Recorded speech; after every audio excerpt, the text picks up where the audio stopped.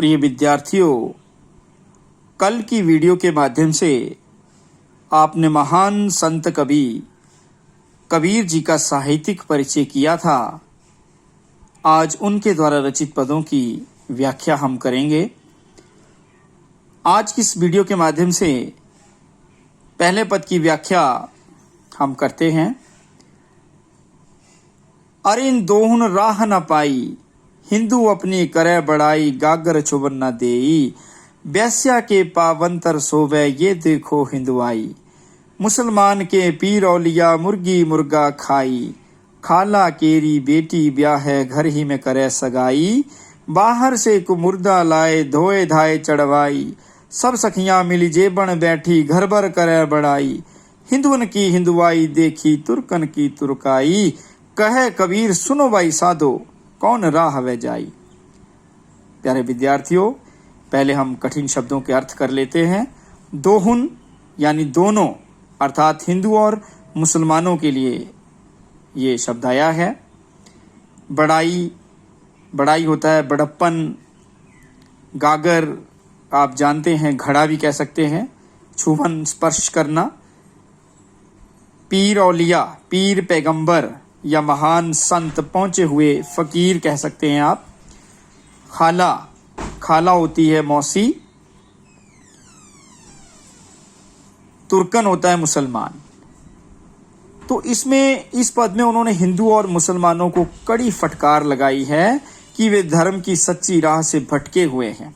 आइए इसका प्रसंग करते हैं। पहले प्रस्तुत पद्यांश हमारी पाठ्य पुस्तक अंतरा भाग 1 के अंतर्गत हिंदी के सुप्रसिद्ध कवि कबीर द्वारा रचित पदों में से लिया गया है।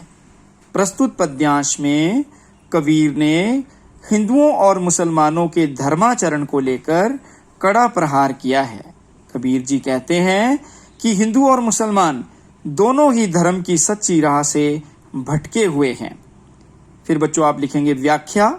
व्याख्या में आप करेंगे, अरे इन दोहुन राह न पाई। अरे, अरे संबोधन लोगों के लिए आया है कि हे लोगों, इन दोहुन, इन दोनों ने, अर्थात किसने? हिंदू और मुसलमानों ने, इन दोनों ने धर्म की सच्ची राह प्राप्त नहीं की है। दोनों ही धर्म के असली मार्ग से भटके हुए हैं। हिंदू अपनी करे बड़ाई, गागर छुबन न देई। हिंदू जो हैं वो अपनी बड़ाई स्वयं करते फिरते हैं। गागर छुबन न देई, परंतु वो अपनी गागर से किसी को स्पर्श नहीं करने देते। गागर छुबन न देई, इससे उनको लगता है कि शायद उनके घड़े का पानी, उनकी गागर का पानी अपवित्र हो जाएगा। अर्थात वो जात पात में विश्वास रखते हैं, जो कदापि सही नहीं है। बैस्या के पावंतर सोवे, ये देखो हिंदुआई। पर दूसरे पल जब वो वैश्या के पांव में जाकर सो जाते हैं, वैश्या की खुशामद करने लगते हैं, तब उनकी हिंदुआई कहाँ चली जाती है। कबीर जी ने व्यंग्य पूर्वक कहा कि ये देखो हिंदुआई। एक तरफ वो अपनी गागर किसी को छूने नहीं देते, लेकिन अगले ही पल जब वो गलत आचरण करते हैं, तब उनकी हिंदुआई कहाँ चली जाती है। तब उनको लाज शर्म क्यों नहीं आती। मुसलमान के पीर औलिया, मुर्गी मुर्गा खाई। अब मुसलमान धर्म पर भी व्यंग्य करते हुए कबीर जी कहते हैं कि मुसलमान धर्म में भी जो पीर पैगंबर हैं, जो सिद्ध पुरुष हैं, उनकी कब्रों पर मुर्गा मुर्गी चढ़ाई जाती है, अर्थात मांस चढ़ाया जाता है। मुसलमान धर्म में मांस भक्षण किया जाता है। खाला केरी बेटी ब्याह है, घर में करे सगाई। मुसलमान धर्म में मौसी की बेटी से ही विवाह रचा लिया जाता है और इस प्रकार घर में ही रिश्ता कर लिया जाता है, जो सही नहीं है। बाहर से एक मुर्दा लाए, धोए धाए चढ़वाई। बाहर से मरा हुआ मांस लाया जाता है और उसे धो पोंछकर चूल्हे पर चढ़ा दिया जाता है। सब सखियां मिली जेबन बैठी, घर भर करे बड़ाई। और फिर सारी सखियां मिलकर, जेवन होता है भोजन खाना, भोजन का रसास्वादन करना।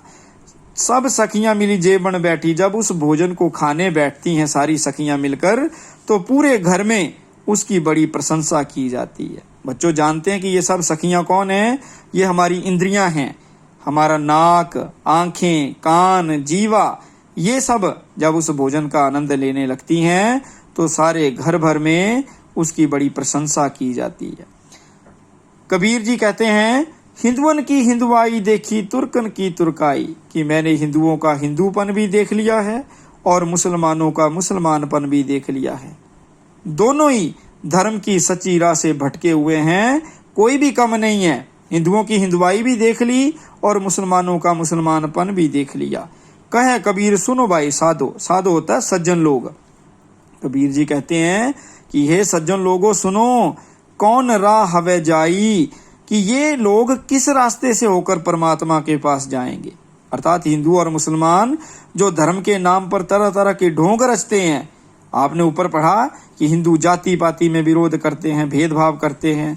उसके बाद मुसलमान लोगों के लिए आपने पढ़ा कि वहाँ मांस भक्षण किया जाता है, खाला की बेटी से विवाह रचा लिया जाता है। इस प्रकार ये तरह तरह के ढोंग रचते हैं धर्म के नाम पर, तो ये किस रास्ते से होकर परमात्मा के पास जाएंगे। बच्चों इसके बाद हम लिखते हैं विशेष बात ये रहेगी कि कबीर जी ने हिंदुओं और मुसलमानों को कड़ी फटकार लगाई है कि वे धर्म के नाम पर तरह तरह के ढोंग रचते हैं और वो धर्म के असली मार्ग से भटके हुए हैं। उसके बाद आप देखें यहाँ मुर्गी मुर्गा में म की आवृत्ति होने के कारण अनुप्रास अलंकार का प्रयोग है। धोए धाए में अनुप्रास अलंकार है। सब सखियां स और स ये वर्णों की जब आवृत्ति होती है तो आप जानते हैं अनुप्रास अलंकार है। यहाँ कहे कबीर, यहाँ भी अनुप्रास अलंकार है। बच्चों इसकी भाषा के संबंध में बात करें तो भाषा आम बोलचाल की सहज भाषा का प्रयोग इसमें किया गया है। कबीर की भाषा सदुक्कड़ी है, जिसे कुछ विद्वान खिचड़ी भाषा का नाम भी देते हैं, जिसमें अवधी, ब्रज, राजस्थानी, हरियाणवी शब्द देखे जा सकते हैं। प्रस्तुत पद की भाषा सरल आम बोलचाल की भाषा है। तो प्यारे बच्चों, उम्मीद है आपको ये एक पद जो है इसकी व्याख्या आपको समझ में आ गई होगी।